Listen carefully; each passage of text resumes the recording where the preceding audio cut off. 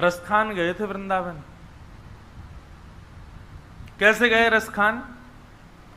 रसखान को सुंदर रूप देखने का शौक था। एक परिवार था दिल्ली में, उसके छोटे से बालक को रोज ले जाता रसखान, क्योंकि एक तो मुगलों का साम्राज्य, ऊपर से रसखान सेनापति था मुगल का, इसलिए डर के मारे घर के लोग बेचारे कुछ नहीं कहते, रोज अपने बालक को तैयार करके खड़ा कर देते कि रसखान लेने आएगा। रसखान तो बालक को लेके चला जाता, माता पिता रोते ही रहते कि हमारा बालक सुरक्षित वापस आ जाए। और शाम को आते आते रसखान वापस करता कुछ नहीं, बस वो बालक को ले जाके एकांत में उसको बैठा के देखता रहता था, कितना सुंदर खुदा ने तुमको बनाया, केवल रूप देखता था। तो एक वृंदावन से आचार्य गए और आचार्य ने रसखान को कहा कि इस बालक पर तुम इतने कुर्बान हुए जा रहे हो, इतने फिदा हुए जा रहे हो, इससे सुंदर बालक दिखा दूं तो? रसखान बोला, मैं आधी मूंछ रखूंगा, इससे सुंदर बालक नहीं हो सकता। तभी उन रसिक के पास ठाकुर जी का, लड्डू गोपाल जी का एक सुंदर चित्र था, किसी चित्रकार ने बहुत सुंदर बनाया था। तब फोटोज तो खिंचते नहीं थे, चित्रकारी होती थी। और वो चित्र निकाल करके जैसे ही रसखान को दिखाया, रसखान ने तुरंत चित्र पकड़ लिया। बोले, कौन है ये? बोले, मैंने कहा था ना, तुम जिस रूप पर मोहित होते हो उसका अति सुंदर रूप है ये।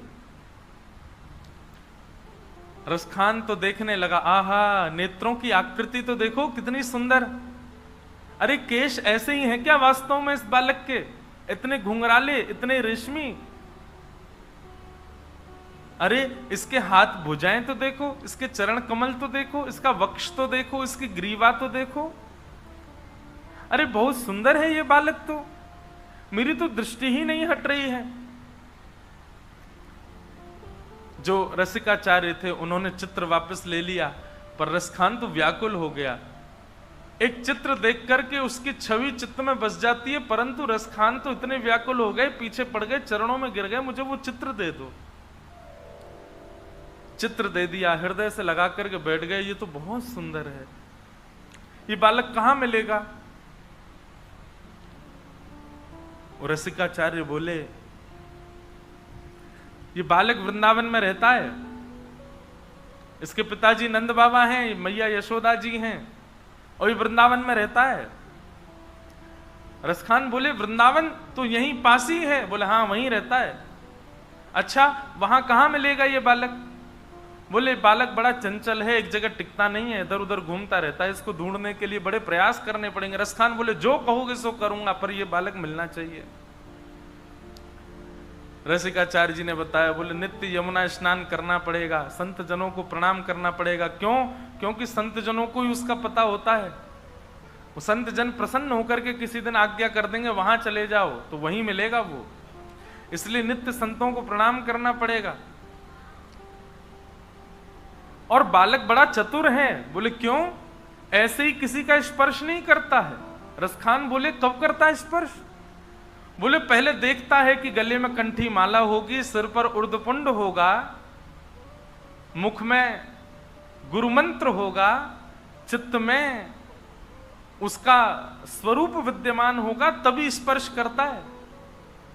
रसखान बोले, मैं सब कर लूंगा, तिलक लगा लूंगा, गले में कंठी माला पहन लूंगा, सब कुछ करूंगा, पर मुझे इस बालक से मिलाओ।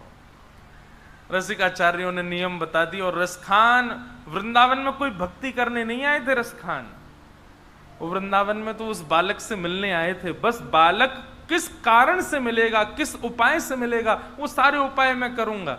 और उन्हीं उपायों में भक्ति करते करते करते करते करते करते भक्त राज बन गए श्री रसखान।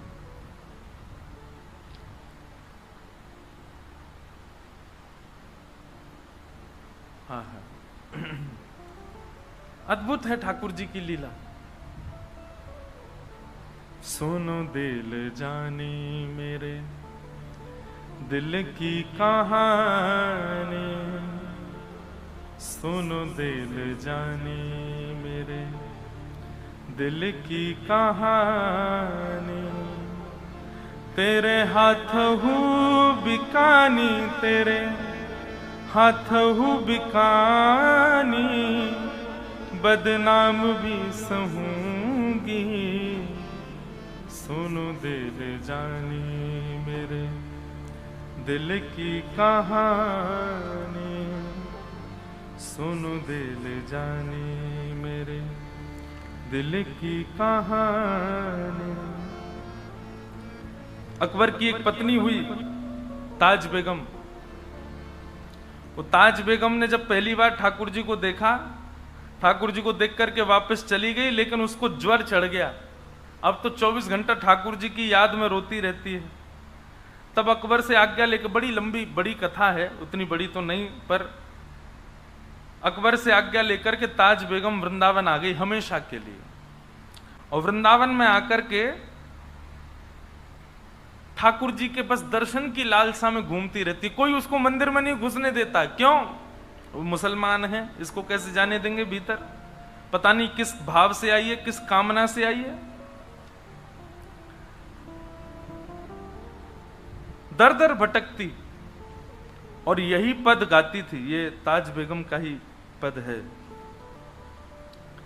नंद के कुमार कुर्बान तेरी सूरत पे, वृंदावन छोड़ अब कहीं भी न जाऊंगी, सुनो दिल जानी मेरे दिल की कहानी, तेरे हाथों बिकानी बद नाम भी सहूंगी, सुनो दिल जानी।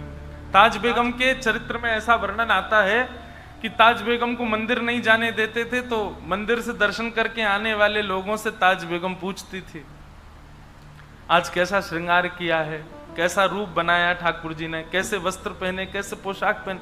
एक बात सुनो, मैं बहुत सत्य घटना बताऊं। मंदिर में जाने से पहले 4-5 बातें सोच के जाया करो।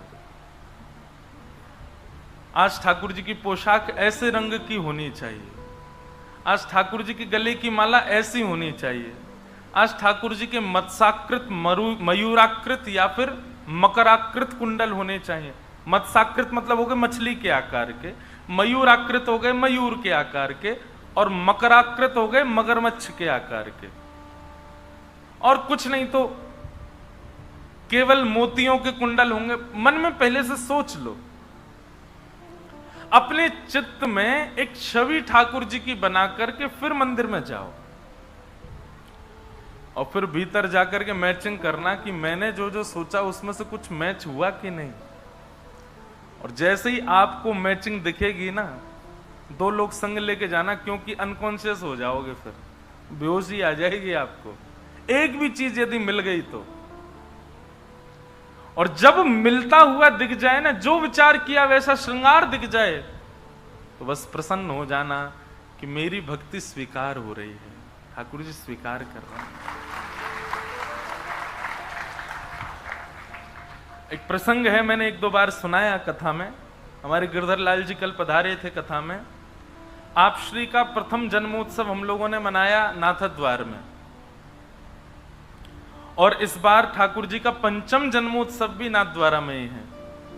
ठाकुर जी का प्रथम जन्मोत्सव नाथद्वारा में हुआ, 2य जन्मोत्सव पंढरपुर में होना था, पर कोविड के कारण वृंदावन में हुआ। 3य जन्मोत्सव जगन्नाथपुरी में होना था, पर कोविड के कारण वो भी वृंदावन में हुआ। और 4th जन्मोत्सव ठाकुर जी का अयोध्या जी में हुआ, और फिर अब की बार 5वां उत्सव ठाकुर जी का द्वारिका में हुआ। अब 6वां उत्सव है ठाकुर जी का, हमारे गिरधर लाल जी का श्री नाथद्वार में। आप लोग भी आइएगा। 11 से 17 जनवरी ठाकुर जी का हर वर्ष 11 से 17 जनवरी अलग अलग जगह पर उत्सव होता है। और देखो जगह पता कैसे डिसाइड होती है, अंतिम दिन 4 पर्ची डाली जाती हैं 4 जगहों की, उसमें से एक पर्ची उठेगी, जहां का नाम आता अगला उत्सव वहीं होता है। तो इस बार 4 पर्ची डाली थी, और 4 पर्चियों में था तिरुपति बालाजी, गुरुवायूर, नाथद्वार और श्री गोवर्धन वृंदावन अपने ब्रज में। तो जब पर्ची उठी तो आया नाथ द्वारा, श्री नाथ द्वारा। तो 11 से 17 जनवरी वहां होगा उत्सव। तो प्रथम उत्सव जब ठाकुर जी का हुआ, हमारे लाल जी जब 1 साल के भये, तो कितनी सत्य घटना, बहुत ध्यान से सुनना। तो वहां कथा का नियम होता है, 9 बजे कथा शुरू होती है, 12 साढ़े 12 बजे तक कथा चलती है लाल जी के उत्सव में, और शाम को उत्सव होते हैं। तो सुबह सुबह उठ करके मैं ठाकुर जी का श्रृंगार आदि करके बढ़िया उनको तैयार करके बंगला सजा करके, सर्दियों का समय होता है तो पुष्प के बंगले नहीं बनते ठाकुर जी के, हठरी बनती है, हठरी ठाकुर जी को धराई जाती है। तो प्रथम दिन नीला श्रृंगार, मोतियों की माला, और ठाकुर जी बैठे कांच की हटरी में श्रृंगार करके 9 बजे मैं अपना बाल भोग पाके सीधे कथा में चला गया। नाथद द्वार में राजभोग ठाकुर जी का जो होता है वो 11:30 12 बजे होता है, और उसी समय विशेष श्रृंगार होता है श्रीनाथ जी का। तो एक बालक को मैंने सेवा दे रखी थी, मैं तो कथा में रहूंगा, तुम रोज श्रृंगार का दर्शन करके आना और मुझे बताना कि ठाकुर जी कैसा श्रृंगार कर रहे हैं। तो प्रथम दिन नीली पोशाक, मोतियों की माला और कांच की हटरी में श्री गिरधर लाल जी विराजे। कथा हुई। कथा के उपरांत में जैसी मंच से उतरने लगा तो वो बालक, उनका मैंने हाथ पकड़ा, मैंने कि तुम दर्शन करके आए? बोले हाँ, मंदिर का प्रसाद दिया। मैंने कहा कैसा श्रृंगार है आज श्रीनाथ जी का? बोले महाराज जी नीली पोशाक है, मोतियों की माला है, कांच की हटरी में श्रीनाथ जी विराज रहे हैं। अरे मैंने कि तुम गिरधर लाल जी का मत बताओ, ये बताओ श्रीनाथ जी का। बोले मैं श्रीनाथ जी का बता रहा हूं। मैंने कहा सच बताओ श्रीनाथ जी का श्रृंगार है? बोले हाँ। तो प्रथम दिन इतना आनंद हुआ, लेकिन वहां नियम है कि राजभोग के बाद फिर हटरी आदि जो है वो बढ़ा देते हैं, तो शाम के दर्शन में दर्शन नहीं होता। मैं शाम को जाता था तब ठाकुर जी सहज भाव से मिलते थे। मैंने कहा लाल जी बड़ी कृपा करी, आज तो आपने हमारी सेवा स्वीकार कर ली है। दूसरे दिन मैंने ठाकुर जी का, श्री गिरधर लाल जी का श्रृंगार भयो, और हमने घटा का श्रृंगार किया। घटा का श्रृंगार कैसा होता है? पिछवाई भी उसी रंग की, पाग भी उसी रंग की, पोशाक भी उसी रंग की, मुजरी भी उसी रंग की, मसनद भी उसी रंग की, चौकी का जो नीचे की ठाकुर जी की गद्दी होती वो भी उसी रंग की, नीचे खंड सब एक ही रंग होगा ऊपर से नीचे तक। केवल ये सांवला सांवला दिखेगा, बाकी कुछ नहीं दिखेगा। उसको घटा का श्रृंगार कहते हैं। तो हमने बैगनी घटा का श्रृंगार किया श्री गिरधर लाल जी का, पूरी सब घटा बैगनी बैगनी बैग, सब जगह बैगनी से। बोले तो थोड़ा पर्पल टाइप का घटा थी।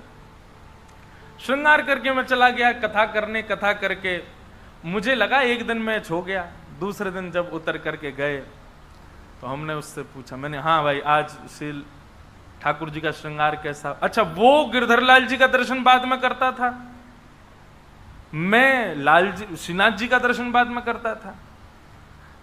उसको भी नहीं पता होता था कि श्री गिरधर लाल जी का श्रृंगार कैसा। मैंने पूछा, मैंने कहा आज कैसा श्रृंगार श्रीनाथ जी का? बोले महाराज जी आज तो बैगनी घटा है पूरी। और उसने जब बैगनी घटा बोली, आप विश्वास नहीं मानेंगे, मेरे हाथ पांव कांपने लगे। मैंने कहा सच में बैगनी घटा है? बोले हाँ। अब तो नेत्रों में सजलता होने लगी, मानो ऐसा लगने लगा कि अब कोई बात ना करे मुझसे, मैं एकांत में थोड़ी देर रहूं। वो एक अलग प्रकार का आनंद है, नेत्रों से आंसू भी निकल रहे हैं, कुछ बोलने की इच्छा भी हो रही है, पर मौन रहने का मन भी हो रहा है, और एक अजीब सी घबराहट हो रही है, लेकिन प्रसन्नता भी। वो वर्णन नहीं कर सकता मैं उस स्थिति का। तीसरा दिन, अब मुझे लग रहा था कि ये तो रोज मिलता है कुछ ना कुछ, पर आज मैं ऐसा श्रृंगार करूंगा कि कुछ मिलेगा ही नहीं। तो हमने ठाकुर जी को मल्टी कलर ड्रेस पहनाई, बहुत सारे कलर मिक्स उसमें। तो उसमें लाल, पीले, हरे, गुलाबी, बैगनी सबकी ठाकुर जी को बढ़िया बाघा धराया, उसी का श्रृंगार किया। पीछे की घटा भी ऐसी बना दी, सारा श्रृंगार कर दिया। श्रृंगार करने के बाद श्रृंगार पूर्ण हो गया, तब मैंने कहा कुछ और बढ़ा दूं कि आज देखूं कि मैच होगा कि नहीं। तो हमने असमय में, मतलब कोई नियम नहीं था, श्री गिरधर लाल जी को सेहरा पहना दिया, दुल्हा बना दिए श्री लाल जी अपने। और कथा करने गए। अब कथा में मन मेरा कम लगे कब पूरी हो, मैं उससे पूछूं आज कैसा श्रृंगार। तीसरे दिन में भागवत जी से उतरा, प्रणाम करके सीधे भागा उसको। मैंने सुन इधर आ, सही बता आज ठाकुर जी का श्रृंगार कैसा है। उसने कहा आज ठाकुर जी ने, श्रीनाथ जी ने लाल पोशाक पहनी है। तो लाल पोशाक सुनते ही मैंने कहा अब मैचिंग नहीं हो रही। बोले महाराज जी लाल पोशाक पहनी है और ठाकुर जी ने स्वर्ण के आभूषण पहने हैं। मैंने कहा आज तो मिला ही नहीं श्रृंगार। ठाकुर जी ने कानों में मयूराकृत कुंडल पहने हैं और आज ठाकुर जी ने लाल पाग और उस पर सेहरा पहना है। मैं कम से कम 10 मिनट तो बिना संगीत के नाचा। अब वो क्या हो गया, मैंने कि बस अब जो हुआ मैं जानूं या वो जाने। मोहन से दिल क्यों लगाया है, ये मैं जानूं या वो जाने। तब से मेरा ये नियम है, मैं कहीं भी जाता हूं ना थोड़ा कुछ तो सोच के जाता हूं पहले से। लेकिन इसमें एक बात है, आपके दर्शन की उत्सुकता इतनी बढ़ जाएगी क्योंकि आप पहले विचार कर चुके हो कि ऐसा कुछ श्रृंगार होगा। तो आप जैसा दर्शन करोगे ना वो भूल नहीं सकते आप उस दर्शन को। दूसरी बात, अगर कहीं से भी मिल गया आपका मन का भाव तो अत्यंत प्रसन्न, बस अभिमान मत आने देना चित्त में। और तीसरी बात, यदि आपका श्रृंगार जो जैसा विचार किया ना मिले, ठाकुर जी से ना मैचिंग खावे, तो फिर बहुत रोना भी आ सकता है, तो बहुत निराशा भी हो सकती है। इसलिए अत्यंत उत्सुकता वो हो जाए तो अभिमान मत करना, और बहुत कष्ट हो तो रोना नहीं, तैयारी बना के जाना, लेकिन करना जरूर मेरी कही ये बात। और ये पता, सब जगह कुछ ना कुछ किया करो। अपने गुरुदेव से मिलने जाओ तो मन में विचार करो, आज अगर गुरु जी ने ऐसा कुछ किया तो समझ जाऊंगा कि मुझसे प्रसन्न है। कई लोग हैं वो हमारी कथा सुनते हैं और कथा लाइव ही सुन रहे हैं अपने घर बैठ के, वहीं से सोचते हैं आज महाराज जी ने अगर हमारा नाम बोल दिया मंच से कथा कहते कहते। फिर एक कोई मुझे मिले तो बोले महाराज जी हम पहले ही सोच के बैठे थे, आप आज आपने ऐसा बोला तो हम समझ जाएंगे ठाकुर जी प्रसन्न है, और आपने तुरंत ही बोल दिया। मैंने कहा भाई मैं मुझे कोई पता नहीं चली थी कि तुम सोच रहे हो, ये तो ठाकुर जी बुलवाते। पर इस प्रकार का स्वीकारीकरण आपकी भक्ति की पुष्टता को प्रमाणित करता है। ताज बेगम वो मंदिर नहीं जा पाती है, पर नित्य आने वाले दर्शनार्थियों से पूछती है कि श्रृंगार कैसा है ठाकुर जी का, और जैसा जैसा लोग वर्णन करते हैं वैसी छवि अपने चित्त में बनाती है। ये करते करते ताज बेगम को महीनों बीत गए।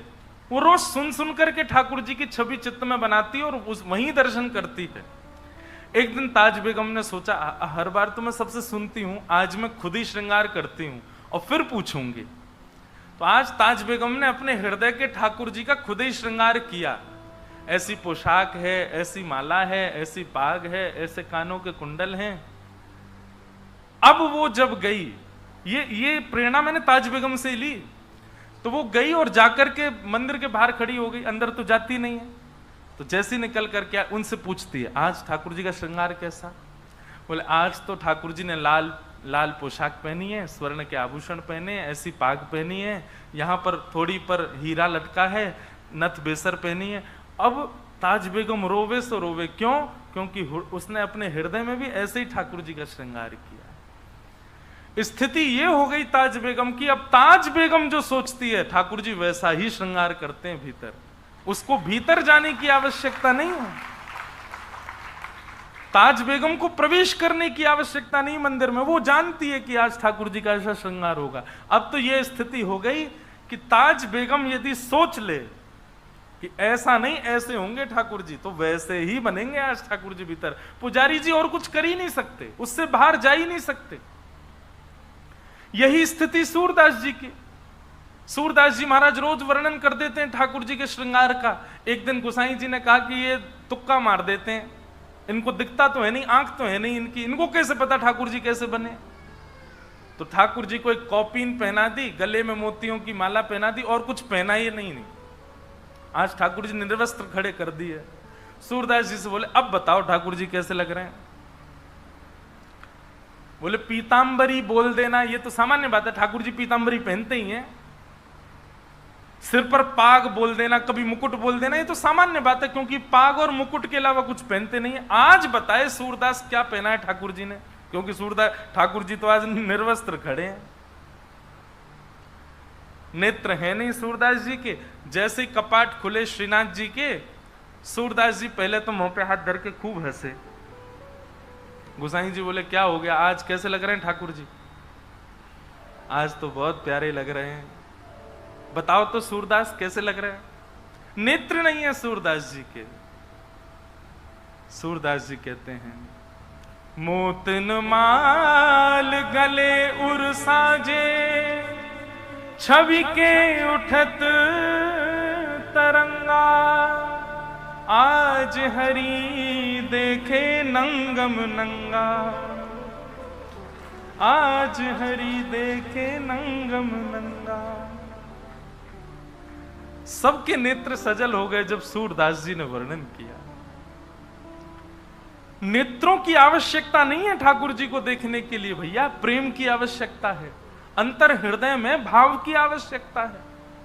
कानों की आवश्यकता नहीं है ठाकुर जी की कथा सुनने के लिए, भाव की आवश्यकता है। जीव की आवश्यकता नहीं है ठाकुर जी की कथा गाने के लिए, भाव की आवश्यकता है। ताज बेगम कहती है, सुनो दिल जानी मेरे दिल की कहानी, तेरे हाथ हूँ बिकानी, तेरे हाथ हूँ बिकानी, बदनाम भी सहूंगी, सुनो दिल जानी।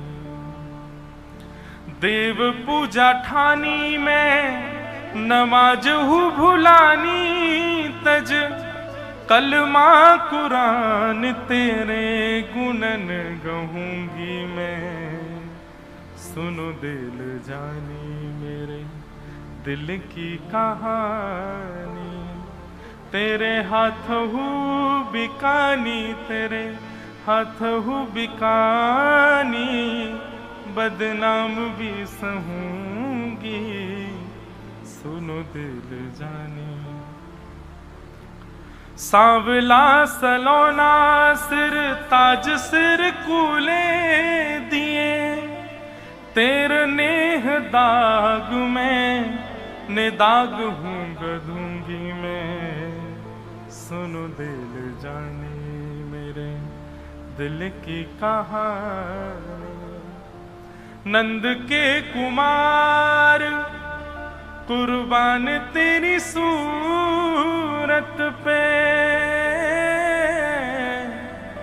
नंद के कुमार कुर्बान तेरी सूरत पे, हूँ तो मुगलानी हिंदुआनी हूँ रहूंगी मैं, सुनो गुल जानी मेरे दिल की कहानी, तेरे हाथ हूँ बिकानी, तेरे हाथ हूँ बिकानी, बदनाम भी सहूंगी, सुनो दिल जानी। ये प्रसंग क्यों सुनाया मैंने कि वही ताज बेगम जब वृंदावन जाती है तो उसको भीतर मंदिर में जाने की आवश्यकता नहीं है, वो केवल वृंदावन को भजती है और वृंदावन की कृपा से ठाकुर जी मंदिर के बाहर तक दर्शन दे देते हैं उसको, बाहर नहीं अंतस्थ में। और वृंदावन जब कृपा करता है ना बंधुओं, तब वृंदावन की कृपा से आपको साधन की आवश्यकता नहीं होती। आप जहां बैठेंगे वहीं राधा रमन लाल हैं, आप जहां बैठेंगे वहीं श्री बिहारी जी महाराज हैं, आप जहां बैठेंगे वहीं यमुना जी हैं, आप जहां बैठेंगे वहीं श्री गोवर्धन नाथ प्रकट हो जाएंगे। ये वृंदावन कृपा करके प्रदान करता है, ये अन्य में सामर्थ्य नहीं है कृपा करने की। भाई आपको किसी की कोई वस्तु चाहिए तो जिस पर वो वस्तु है उसी से तो मांगोगे। वृंदावन की श्री यमुना जी हैं, वृंदावन के श्री गोवर्धन नाथ हैं, श्री राधा रमन, राधा वल्लभ, राधा बांके बिहारी वृंदावन के ठाकुर हैं। वृंदावन को भजोगे तो वृंदावन इनको प्रदान करेगा। फिर चाहे आप जहां रहो, वृंदावन कृपा अनुग्रह करके ये प्रदान करता है। मैं तो निवेदन करता हूं कि श्री जी को भजो, ठाकुर जी को भजो, जिसको भजना भजो, परंतु एक बार मेरे कहे से वृंदावन को भजना प्रारंभ कर दो। नित्य आप अपनी सेवा के भाव में अपने, जब भी आप बैठते हैं अपने ठाकुर जी के आगे, नेत्र बंद करके श्री वृंदावन वृंदावन वृंदावन वृंदावन वृंदावन वृंदावन वृंदावन वृंदावन भजो। वृंदावन अनुग्रह करता है तो आपको कण कण में श्री राधा रमण जी का अनुभव होता है। ऐसा श्री वृंदावन धाम, उस वृंदावन में ठाकुर जी का आगमन हुआ है।